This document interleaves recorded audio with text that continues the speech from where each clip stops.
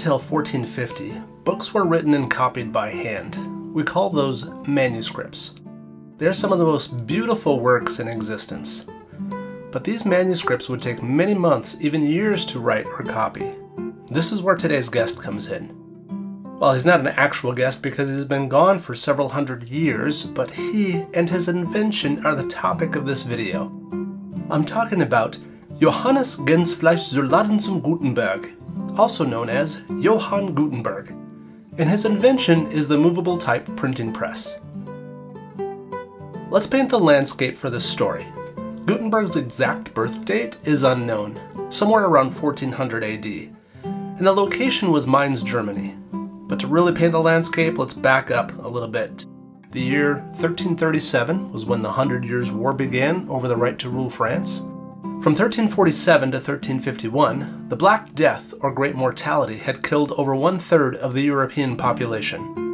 It resurfaced 3 to 4 times during Gutenberg's life. In 1368, the Ming Dynasty began in China.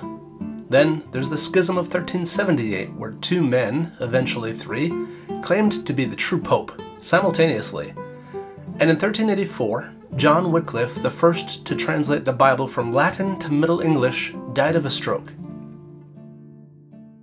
Alright, let's bring it back to the early 1400s. Not much is known about Gutenberg's early years. He was born in the house called Hof zum Gutenberg in Mainz, Germany. Gutenberg, no doubt, learned some metalsmith trade from the mint, where his father and several relatives had important positions. We also know he was an entrepreneur.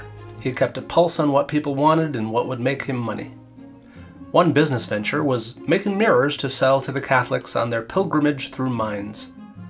Mirrors were the new holy gadget, one that gathered light from the holy relics. Well, one of the reappearances of the Black Death got in the way of that pilgrimage.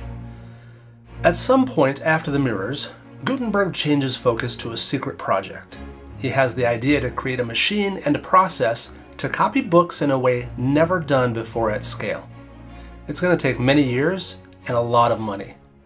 This secret project is a movable type printing press. Block printing and some movable type had been around for quite some time, but Gutenberg was thinking big. How to scale the process without compromising on quality. Let's start with the ink.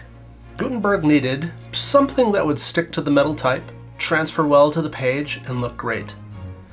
Carbon, copper, lead, titanium, and sulfur are some of the identifiable elements in the ink that Gutenberg used. These components were similar to those used in 15th century paintings. Well, what about the metal type? Gutenberg created a metal alloy of lead, tin, and antimony in order to meet his requirements for durability, quality, and reusability. Not to mention how it holds and transfers the special ink Gutenberg created. The genius part of this is the molds he created to cast all those individual pieces of type. First, a steel positive punch was created by hand, and then the punch was hammered into copper to create a negative, or cast for the letters. This copper cast was put into a special mold mechanism into which Gutenberg's metal alloy was poured, and seconds later a perfect metal type was formed.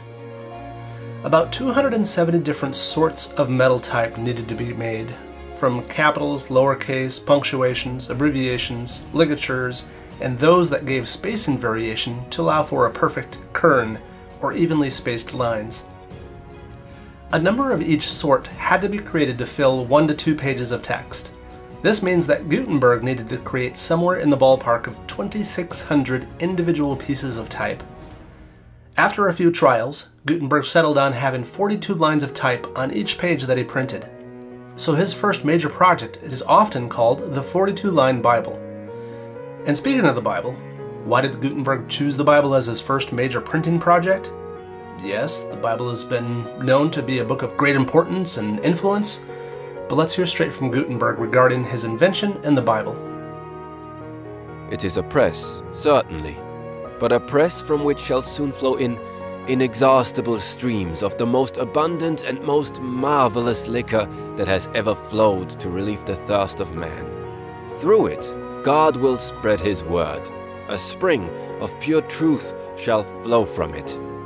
like a new star. It shall scatter the darkness of ignorance, and cause a light heretofore unknown to shine among men. Well spoken, sir. By the way, the Bible in the 1400s was almost entirely limited to the Latin language. Any other translations were prohibited by the Roman Catholic Church. Alright, let's move to the surface to print onto. If Gutenberg had his way, he would have most likely printed all the Bibles on vellum, which is an animal skin, specifically in this case, made from calves. It's sturdy, accepts ink well, and is very beautiful. Gutenberg wanted to print between 160 to 180 copies of the Latin Bible. Each book contained more than 1,280 pages, and for every book on vellum, it's estimated that 170 calves were needed. To be fair, the page sizes that were used for this and many of the other books in that time were much larger than today's typical sizes. As it turned out, vellum was too costly for this incredible undertaking, so after a few dozen copies on vellum, Gutenberg switched to paper.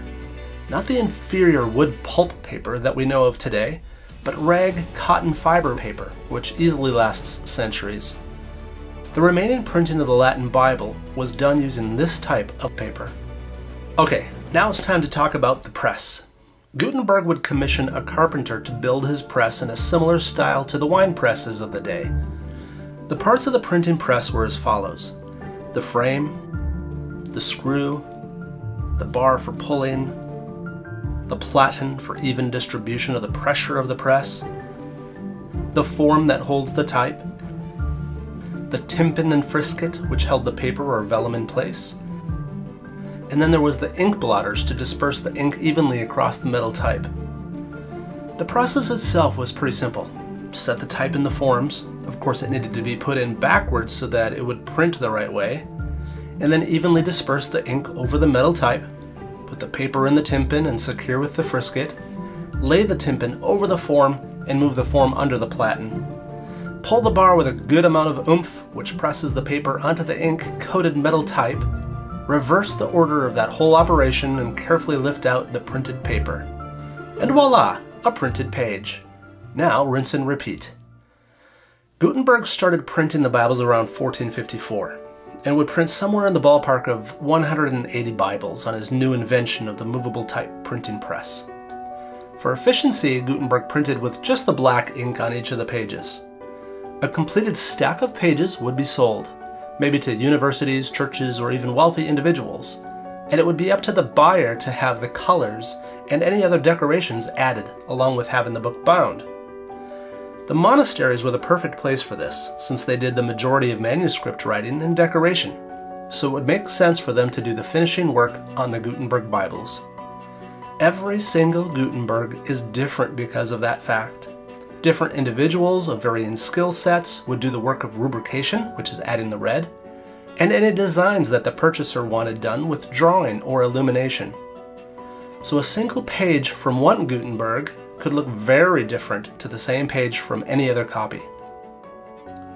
So how many Gutenberg copies exist today, you might be asking? Only 49 copies exist today, and only 21 of those are complete. Many are on display around the world, and I encourage you to plan a visit to see one. Gutenberg unfortunately ended up losing his printing press and all of his tools to business partners, but his invention went on to change the world. Less than 50 years after the printing of the Gutenberg Bible, there are said to have been 1,000 printing presses in Western Europe, and the number of books printed was a staggering 8 million, and that was in the year 1500. Many say that Gutenberg's invention of the movable type printing press was the most important invention of all time.